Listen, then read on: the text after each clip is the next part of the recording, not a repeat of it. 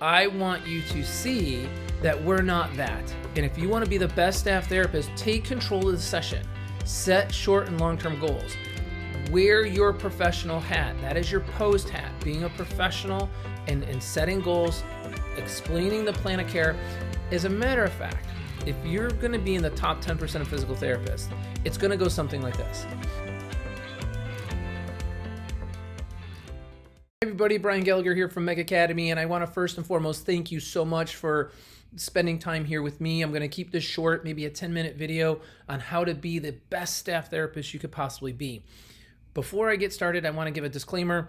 I'm so excited to shoot this video. I couldn't even wait to get home. I'm on the road in beautiful Western Tennessee, out by Memphis, working with another practice out here for a whole day event starting tomorrow. And so I am shooting this from my hotel room. So please excuse the setting. I'm not back at my home in my regular office setting, but I don't think you really care. I think what you really want to know are tips and suggestions and, personal growth ideas, professional growth, successful ideas on how you can succeed at being the best therapist you can and hopefully grow into the entrepreneur and then ultimately the entrepreneur of your own practice someday, whether that be a mobile PT, cash-based practice, hybrid practice, or a traditional insurance-based practice.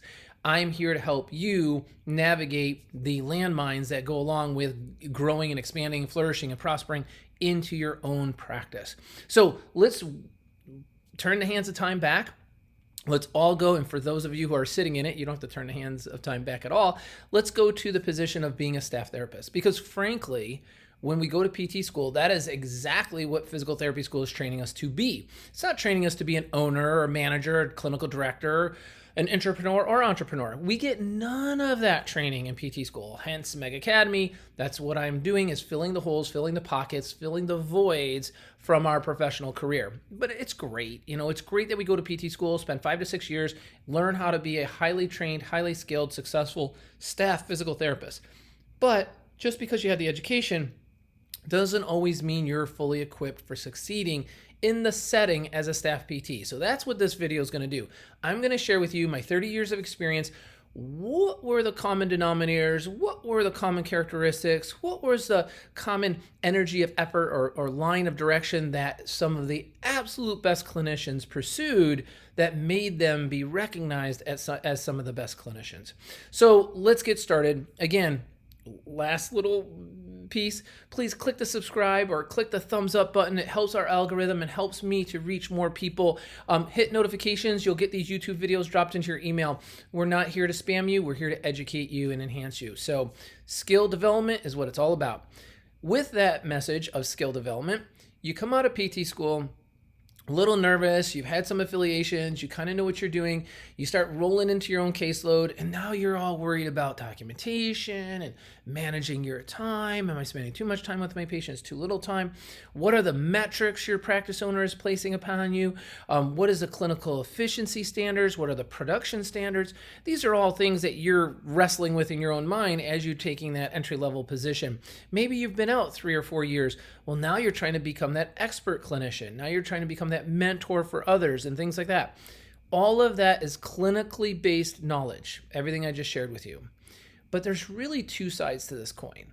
If you want to be the happiest, most well-balanced, highly trained, highly respected, feel good about yourself physical therapist, then you have to put some attention on your staff hat as well as your post hat.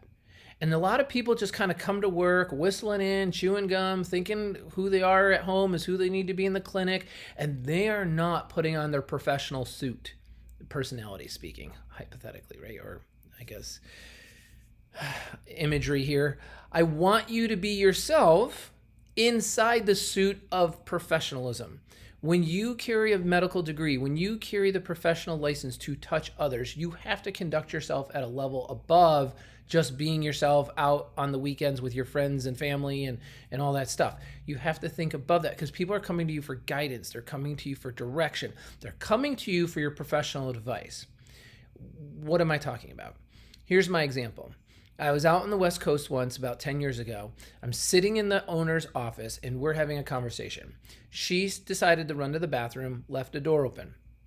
A young PT, literally 1 year out of school, had a patient who was finishing up their evaluation session on the exercise bike. So this therapist did her evaluation. She worked the patient through a couple routines, and now they were wrapping up their conversation on the bike. The patient is asking the therapist, so when do you need me to come back? What do you think we should be doing moving forward from here? And I thought to myself, it caught my attention right away. I'm like, well, that's interesting. Why is the patient even asking that question? Why haven't those questions already been answered? It was obvious we were at the end of the session. She said, well, we're just going to do 5 minutes here just as a cool down, and then we'll go ahead and take you up front, and we'll get you to sit with the receptionist, and she'll schedule you out. So that's what prompted the patient to ask. She says back to the patient, well, whatever your schedule allows, I'm here 5 days a week. My scheduled time is, and she gives her time, start to finish. And she's like, so whatever works for you. And the patient's like riding the bike, and I could see on his face, he was like, what do you mean whatever works for me? Like, I'm coming to you for therapy, guidance, and direction and advisement, in his head. He didn't say any of that. And she's like, I try not to, pressure my patients to come in any more than they need to. So, therapy can be, something that it can work into your schedule easily and be convenient, but it could also be somewhat of a challenge. And he's like, oh no, I work at some restaurant or something. I remember him saying, and I have flex schedules, so I can work out, many different times in the week. And she's like, okay, good. So just go ahead out there. And if it's twice a week that works best, or once, or whatever works for you, and I'll go ahead and see you. And so then he asks again, so what is the best frequency, or I don't think he used that word. What is the best, number of times, I think he said, per week that I should come in? And she's like, well, that all depends on what you're going to be able to accomplish at home. I'm going to be giving you some home exercises and working with you here. So we're just going to have to play it as it goes. And I'm thinking to myself, oh my gosh, stab me with a butter knife. Like, what is going on right now? Did this person not learn in school that their responsibility is to do a thorough evaluation, come up with a plan of care, and then suggest the optimum plan of care for this patient to achieve all long-term goals in the shortest period of time?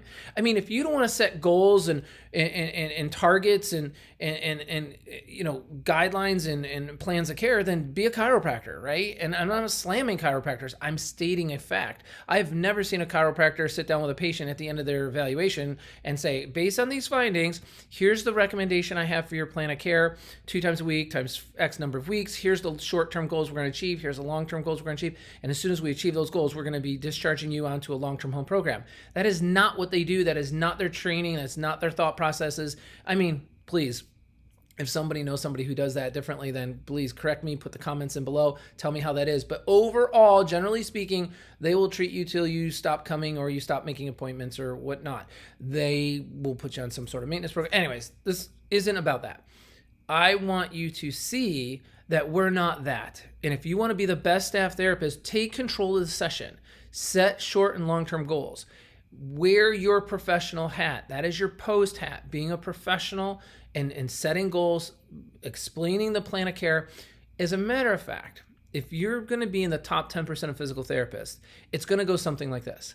So, Mrs. Smith, as you can tell, your findings now, based on our conversation and what we've been doing through tests and measures and what your physician has sent over in terms of their guidance and direction per the script, it looks like it's a grade 2 meniscus tear, or let's say it's an ACL sprain or sprain, actually.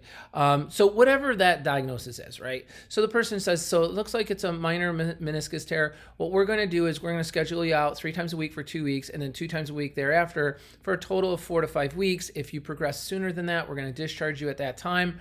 But here's the deal. You are going to have homework to do, and I'm going to have work to do here in the clinic. I'm going to ask you to be compliant with 2 major areas of your rehabilitation. Number 1, make every single appointment that we schedule as we move you out. Right now, we're going to schedule you out the entire plan of care. And number 2, do all of your home exercises and work at home, because I'm counting on you doing that so I can do different things here. If you can agree to do those 2 things, I'll take care of everything else with the manual therapy modalities and therapeutic exercises here, and we'll get you back on your feet. How's that sound? Gain agreement from the patient. Shake their hand on the plan of care. Get out your notepad. Write a script for precisely what you told them, what you instructed them that your rehab is going to be. You're a doctor of physical therapy. Write a prescription for your physical therapy plan of care for them to then take out to the front desk, give to the front desk receptionist for he or she to schedule them out their entire plan of care. This builds agreement. This builds a bond between you and the patient. This also makes sure that the patient doesn't leave the treatment room from the eval, get up to the front desk, and in those 30 paces have amnesia, not know when or where you wanted them to come or how often, or it happens all the time, right? So this really brings it to a higher level of professionalism, gaining agreement, communicating, making sure you're on the same page with the findings, making sure that they're well aware of what the rehab is going to be like. Very, very super important. What about your staff hat, as I mentioned earlier? Staff hat means as you get out of school and you start to pursue your professional development, typically through 2 Con Ed courses a year, 1 remote, 1 on-site, 1 hands-on, 1 online. That's typical, and that's great. That's fine. Highly recommend that you do that. 2 a year, every single year. Grow and develop clinically. But you should be putting some investment in yourself as a person. If you're not working in a place that's helping you or allowing you or facilitating your growth both professionally and personally, then in my opinion, you should find another job. Because when I hired the 68 employees that I currently have, and when I had 160 employees, my main interest was to see that each and every one of my employees was growing both personally and professionally. This is why so many people have the learning management system, Meg Academy. They purchase it, and I'm not soliciting for our thing, don't get me wrong, but that's why I designed it, is so that you could have a college inside your practice that would grow your individual employees both personally and professionally. They should learn about the art of communication. They should learn about how to communicate in a way that brings about agreement. They should learn about how to acknowledge what one is saying with not necessarily always agreeing with what one says. But validation is extremely important. Everybody wants to be validated. How to be in a conversation, let the other person talk and listen, not just wait your turn to say something else back. These are key ingredients to successfully being a mature adult working in a professional setting. Knowing that the greatest ability of a human being is the ability to withhold communication when appropriate. You should always be willing to say what needs to be said while being comfortable in your own skin and doing so in manners. Okay? So I'm saying be yourself. Don't sugarcoat things. Don't manipulate things. Say things as they are and be truthful and honest and sincere. Do it in a way that the other person can easily have it. Don't just say it the way you would want to hear it. Think about the person you're speaking to. Think about how delicate and how artfully you should communicate that information so that they receive it well. And always do it in manners. If you're putting attention on how to grow yourself in that manner, you're going to be one of those people that everyone wants to be around, that people want to have in their space, and you're going to simply be more successful in life. Obviously, a more successful physical therapist, because it's all about this two-way street engagement. So if you're investing this time and energy clinically and this time and energy personally, and your employer is providing that, through like a learning management system or through some online courses or encouragement or having 10-minute meetings with you or passing it down in staff meetings, keeping your values and your integrity and your ethics at the forefront of the practice, you're going to be a very successful staff therapist. So I hope you enjoyed this video. It's just me off the cuff. I just couldn't wait to get home. I wanted to shoot it while I was out. Excuse the lighting and the background, but I hope you take away from this some of those pearls of wisdom. If you want me to help you more, if you want to have an assessment, or you want to open your own practice, or you want to expand to your second office, just go to my website, www.megbusiness.com. Check it out. Sign up for a practice assessment. It's a 1-hour phone call or Zoom call with me or one of my coaches, and we will evaluate what is actually the best strategy, the best planned approach for you personally, uniquely, custom designed just for you, depending on where you are in life right now at this moment. So that's it. I'm going to stop talking. I really enjoy working with you guys.